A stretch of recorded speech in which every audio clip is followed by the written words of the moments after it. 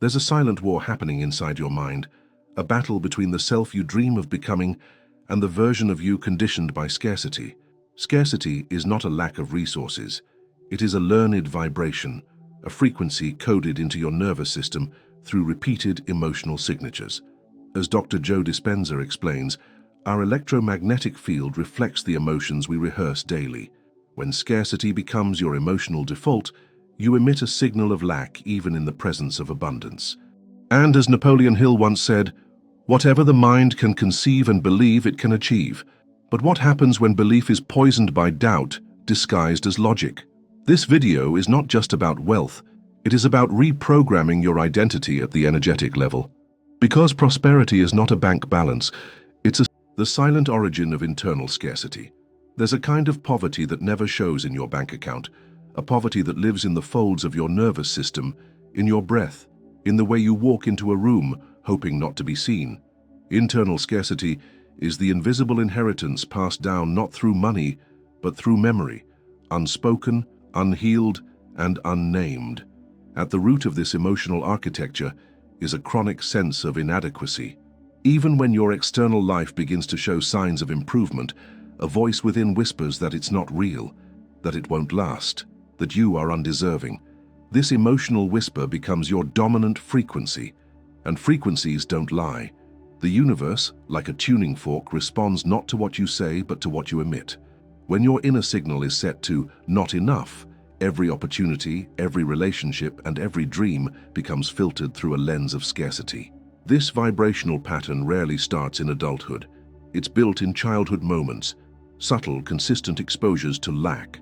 Not always lack of material things, but lack of safety, lack of validation, lack of presence. A child who doesn't feel seen grows into an adult who believes they must fight for every drop of attention, approval, and worth. And when emotional needs are unmet, the mind starts associating value with struggle. The body, addicted to stress hormones like cortisol, interprets peace as a threat. Safety becomes uncomfortable. Joy becomes foreign. This is not weakness, it is adaptation. The nervous system wires itself to keep you alive, not to make you thrive. It learns to expect pain and prepares for it. This preparation becomes identity, and identity becomes destiny. But here lies the trap. The deeper the emotional imprint, the more invisible the pattern becomes. You may find yourself working harder than everyone around you, yet never feeling like it's enough. You may reject opportunities unconsciously, rationalize sabotage, or avoid rest, not because you're lazy, but because some hidden part of you believes you haven't earned ease. Effort becomes your currency for worth. You equate exhaustion with honor and stillness with shame. The root error here is subtle but devastating, the belief that more struggle equals more deserving, that you must first suffer in order to be rewarded. This is the distortion. Prosperity in its true form is not a prize for pain. It is a reflection of alignment. It responds to coherence, not sacrifice. This internal conflict is intensified by transgenerational echoes, the silent emotional inheritances from your lineage. Perhaps your grandparents lost everything in war, or your parents were taught that dreaming was dangerous. Those beliefs don't vanish, they imprint. The body remembers what the mind forgets.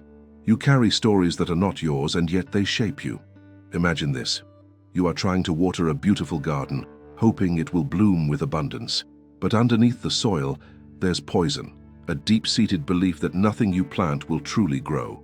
You add more water, more seeds, more tools, but the roots never take. Why? Because the soil, your internal landscape, has not been healed. The belief of unworthiness poisons every seed before it sprouts.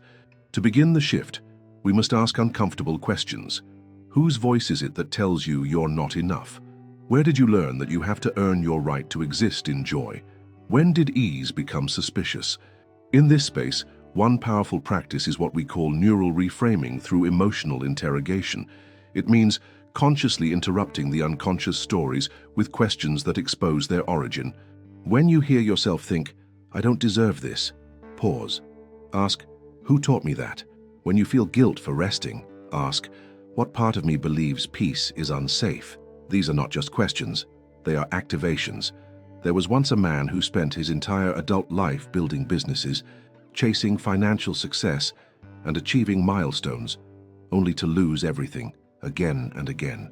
Not because he lacked intelligence, but because a part of him, buried deep, still carried the belief he learned as a child. Money is dirty. People who have it are corrupt. His adult self wanted abundance, but his inner child feared becoming like the people he had learned to resent. Only when he faced this emotional fracture did he finally allow himself to keep what he created. This is the paradox of manifestation. You do not attract what you want. You attract what you believe is safe to hold. And most people believe safety lies in scarcity, because that's all they've known. The work then is not about forcing yourself to think positively or declaring affirmations you don't feel. It's about going inward, finding the emotional imprints that created your scarcity signature, and dissolving them with presence and truth. Scarcity doesn't begin in your wallet. It begins in the moments when your value was questioned, in the glances that didn't see you, in the silence that should have been comfort, in the love that came with conditions. And here's the truth: healing scarcity is not about replacing thoughts. It's about rewiring your relationship with yourself. When your nervous system finally feels safe to receive without guilt, when joy no longer triggers fear, when presence no longer feels like danger, that is when prosperity arrives. Not from the outside in, but from the inside out. How the mind replicates scarcity. Even in the midst of abundance, scarcity doesn't always wear the face of emptiness. Sometimes it wears the mask of constant striving, of always needing a little more time, a little more money, a little more proof that you're finally worthy. The tragedy is that even in moments of clear abundance, the mind conditioned by lack will find a way to feel insufficient. The body can be surrounded by everything it ever asked for, and still the nervous system vibrates with an ancient alarm. You are not safe. This will disappear. Be careful. This is the duplicity of a scarcity-trained brain. It perceives threat where there is none, and rejects fulfillment as a form of self-protection. Over time, this conditioning becomes a self-regulating emotional thermostat. If the inner set point is tuned to scarcity, every time you start to rise into new levels of joy, connection, or success, the subconscious pulls the temperature back down.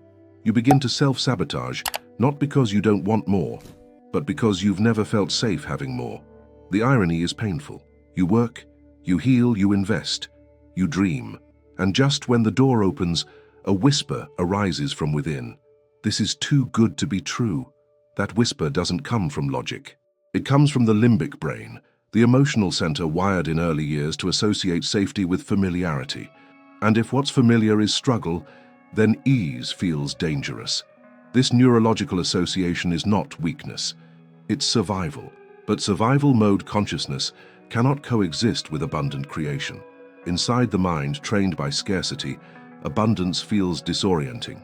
You may find yourself diminishing your wins, downplaying your success, or even procrastinating on opportunities that could elevate your life. You're not lazy. You're loyal to an internal identity that equates abundance with betrayal of your roots, or loss of control, or exposure to disappointment. Abundance in this case becomes a psychological threat, not a reward. Neuroplasticity confirms that your brain rewires itself according to repeated patterns of emotion and belief. If you've spent years bathing your neural circuits in stress, urgency, guilt, or shame, your internal reality adapts to that rhythm. It builds a familiar emotional landscape, and anything that deviates from that becomes cognitively rejected. In simple terms, you can reject peace if your nervous system doesn't recognize it as home. To change this, we must stop asking why you're afraid of success and start asking what success symbolizes to the emotional body. Does it mean isolation, responsibility, visibility, pressure to sustain it forever? These unconscious interpretations are the roots beneath the surface. Without addressing them, you will continue to create from scarcity, not because you're unworthy, but because your inner world is still echoing with outdated definitions of safety. There is a man who once told the story of building his dream life, the business, the home, the relationship, and losing it all 3 times in the same pattern. He would rise quickly, things would flow, and then something would collapse. Each time he blamed circumstances, but eventually he faced the truth. His inner thermostat for abundance was still stuck in survival mode. Success was triggering a fear of being too visible, of becoming a target, of being unworthy of joy. It wasn't life punishing him. It was his subconscious trying to protect him. The deep work is not about avoiding failure. It is about feeling safe to sustain success.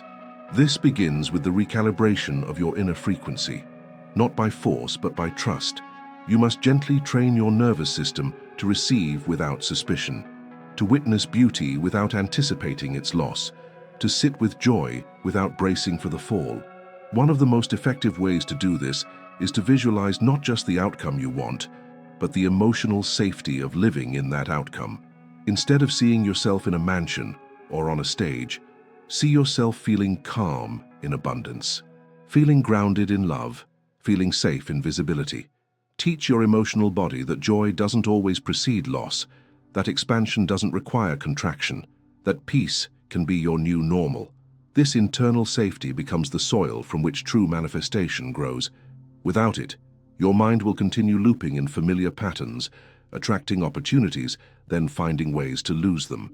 Repeating cycles of almost having, almost succeeding, almost receiving, never fully stepping into embodiment. There is no punishment here, only repetition. What you believe is safe, you will keep. What you believe is dangerous, you will push away, even if it looks like everything you've ever wanted. Abundance does not knock only when you're ready in your mind. It arrives when your body becomes a match to receiving. That is why changing your thoughts is not enough. You must change the emotional field that holds those thoughts. The quantum responds not just to intention, but to coherence. As Dr. Joe Dispenza teaches, when you enter a coherent state, where your heart and brain emit signals of trust, presence, and gratitude, you broadcast a frequency of alignment. That field draws in experiences that mirror your internal clarity. But when your thoughts say, "I want more," and your body screams, "I'm not safe," the field responds to the dominant signal, and that signal is fear. The work is to harmonize those signals, to bring your inner world into coherence, not perfection. This coherence doesn't require loud affirmations or grand gestures. It asks for presence, for softness, for the courage to sit with abundance without fleeing emotionally. Scarcity will try to return, not as a villain, but as an old friend who doesn't realize you've outgrown the relationship. You don't need to fight it, just notice it, bless it, and choose differently. Because the real shift happens when abundance stops feeling like a miracle and starts feeling like home. The fatal mistake of trying to manifest while still vibrating scarcity. There is a hidden conflict that quietly sabotages the dreams of those who seek to manifest a better life. It is the internal dissonance between what one desires and what one energetically believes is possible. You can build vision boards, repeat affirmations, write intentions by moonlight, but if your frequency is rooted in fear, lack, and urgency, the universe responds not to your words, but to your essence. This is the fatal mistake, attempting to manifest abundance while still vibrating scarcity. The emotional field you emit is not shaped by what you say. It's shaped by what you feel when no one is watching, by the emotional charge beneath your declarations, by the subconscious narratives playing quietly in the background. Urgency is one of the most seductive symptoms of scarcity. It dresses itself as motivation, but it's actually panic. It's the energy of, "I need this now, or I won't survive." That vibration contaminates the purity of your intention. The field does not interpret urgency as clarity. It reads it as fear, and fear, by nature, closes rather than expands. It tightens the body, narrows perception, and sends the signal, "I am not safe." And if you are not safe, you are not open. This misalignment often leads to spiritual guilt, a quiet shame that whispers, "You're not manifesting correctly." But this guilt is not the problem. It's the symptom of a deeper misunderstanding, the belief that you can create while staying emotionally loyal to the identity of the one who is still in lack. You are not meant to create from desperation. You are meant to create from coherence. Greg Braden speaks to this beautifully. He reminds us that the universe, or the field, responds not to what we want, but to what we feel as already real. The emotional signature must precede the physical evidence. The body must believe before the world confirms. This is not fantasy, it is neurobiology.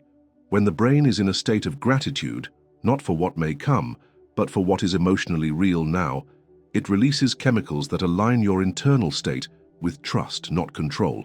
And trust changes everything. But most people try to manifest as a means to escape their current life. They don't manifest from knowing. They manifest from avoidance, from refusal to sit with what is, from resistance to their own emotional reality. This rejection creates incoherence, and incoherence repels what you seek to attract. Imagine trying to plant a seed while your other foot is stomping on the soil. That is what it looks like to affirm abundance while vibrating unworthiness. You're planting with one hand and uprooting with the other. No wonder the harvest never comes. This emotional sabotage is rarely conscious. It happens in the moments between your efforts. In the silence after you visualize, in the doubt that rushes in when nothing seems to happen. That doubt is not just a thought, it's a vibration, a frequency that tells the universe, I don't really believe this is mine. And the universe always mirrors your belief, not your desire. So what's the shift? The shift begins with emotional honesty, to stop pretending that you're already in alignment when you're not, to meet your scarcity with compassion, not denial. Because only when you see it, can you release it. Suppressing fear does not raise your vibration. It traps it in your body. True manifestation is an act of emotional congruence. The more you embody the feeling of having, the less you need to prove, push, or chase. And when you no longer need it to come to feel whole, that's when it arrives. Not as validation, but as reflection. The path to that congruence is not in controlling the outcome. It is in mastering your internal state. This requires presence, stillness, the willingness to feel your unmet needs without making them wrong, the courage to sit with your longing without attaching panic to it. There is power in choosing presence over panic. There is magic in replacing "when will it come" with "can I feel it now?" There is transformation in knowing that creation doesn't start when the result appears. It begins the moment your body believes that what you desire is already part of your identity. This is why the most powerful technique is also the most overlooked. Emotional rehearsal. Not just imagining the thing you want, but emotionally stepping into the version of you who already lives it. Feel the gratitude, the calm, the lightness of being. Let your cells memorize that version, because the nervous system cannot distinguish between a vividly imagined emotion and a real one. And the more you rehearse that state, the more natural it becomes. Eventually, your frequency shifts, not because you forced it, but because you became it. The paradox is that the less you try to control the manifestation, the faster it flows. When you are no longer grasping for the outcome to complete you, you open the space for the field to respond to your wholeness. That is when the timing becomes divine. That is when doors open with ease. That is when you stop chasing and start receiving. But you must let go of the timeline. Scarcity operates on urgency. Abundance lives outside of time. The more you rush, the more you delay. Because rushing signals lack, and lack cannot attract fulfillment. So the next time you feel the urge to manifest from a place of need, pause, breathe, ask yourself, am I creating because I trust or because I fear I'll never have? Then choose again. Choose presence over panic, gratitude over grasping, identity over intention, and watch how the field, with infinite precision, begins to mirror your wholeness back to you. The true alchemy of transmuting scarcity into abundance. Real transformation doesn't happen at the surface of thought. It happens in the molten core of identity. Scarcity is not just a financial state or a fleeting emotion. It's an ancient script encoded into your emotional DNA, often inherited, rarely questioned, and almost never fully understood. To transmute scarcity into abundance is not merely to think differently.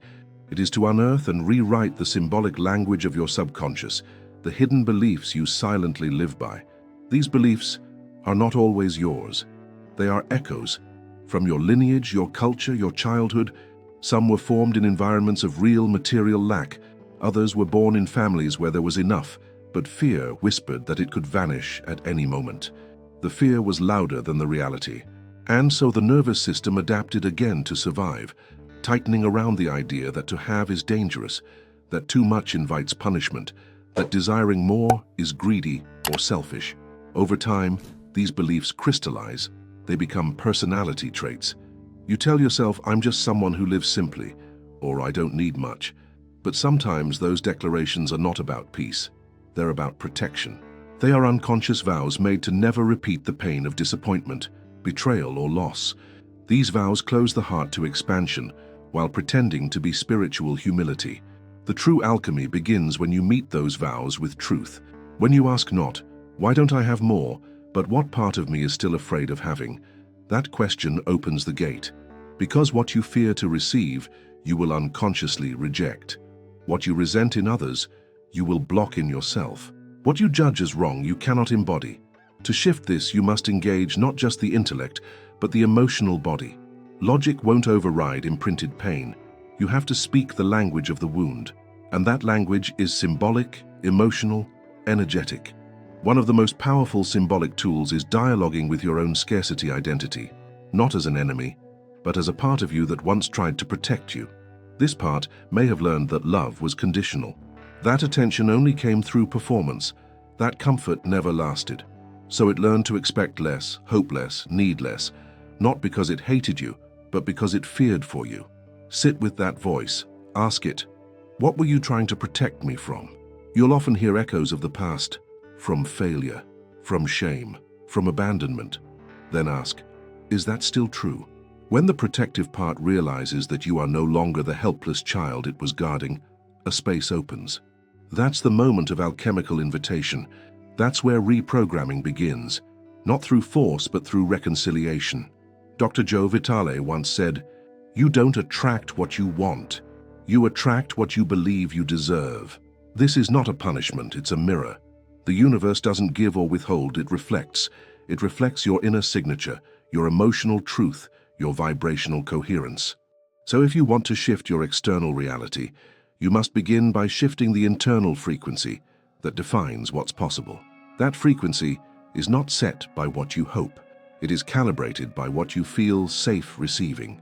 And to feel safe with abundance, you must forgive the version of you who only knew how to survive. Forgiveness is the foundation of transmutation.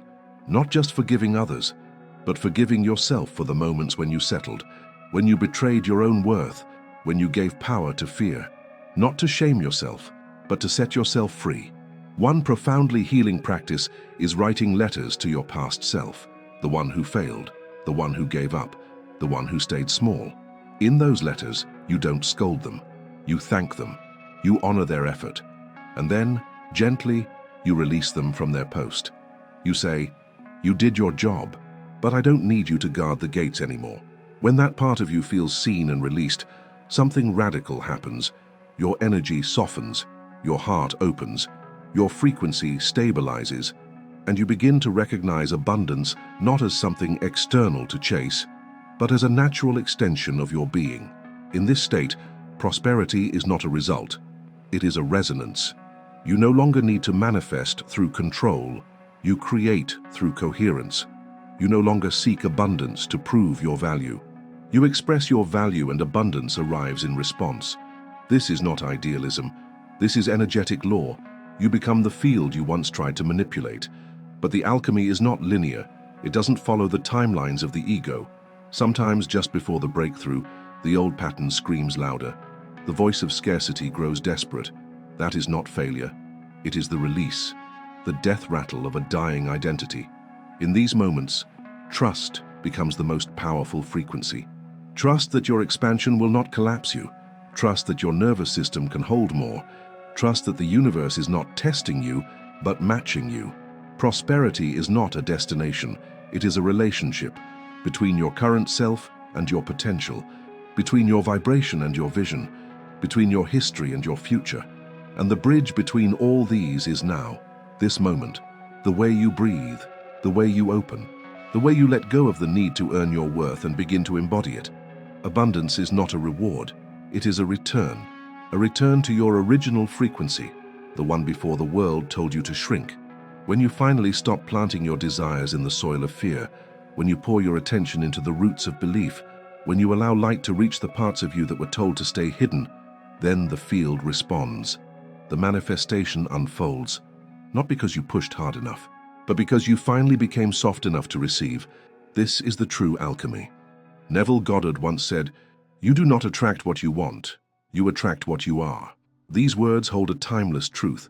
Scarcity is not an external prison, but an internal echo. It does not leave your life through effort.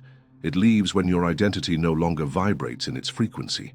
The greatest shift is not when you receive abundance, but when abundance becomes natural to your emotional state, when your nervous system no longer flinches at joy, when you no longer shrink your dreams to fit the mold of your past, when your subconscious finally recognizes prosperity not as a threat, but as your new home. Joe Dispenza teaches us that to change your outer world, you must first change your electromagnetic field, and that field is governed by your most practiced emotional states. You cannot fake vibration. You either embody it or you don't. And the universe, always precise, mirrors back the signature you carry within. Greg Braden reminds us that the field does not respond to empty affirmations. It responds to coherent, felt emotion, the truth you hold in your cells, the signal that pulses through your heart. If you vibrate from fear, you'll attract experiences that match. But when you vibrate from certainty, from peace, from presence, the entire universe rearranges itself to support that identity. So this is the invitation: to stop asking the world to give you something you are not yet willing to become. To shift from effort to embodiment, from fear to frequency, from separation to coherence. You are not here to beg the universe for scraps of abundance. You are here to remember that you are the source, not the seeker, of everything you desire. Let the scarcity go, not because it is wrong, but because it no longer belongs to the version of you who is ready to rise. Let me ask you one question, and don't answer it quickly. Let it sink into the quiet of your heart. What if the life you're waiting for is waiting for the version of you who finally stops waiting? If this message stirred something in you, if you felt seen, challenged, or awakened, I invite you to subscribe to this channel, not because of algorithms, but because this space was created for souls like yours, seekers of truth, alignment, and inner freedom. And don't stop here. Continue your journey by watching the next video appearing on your screen. It was chosen to deepen this awakening. Your expansion is just beginning. Keep walking, keep remembering, and above all, keep vibrating from who you already are.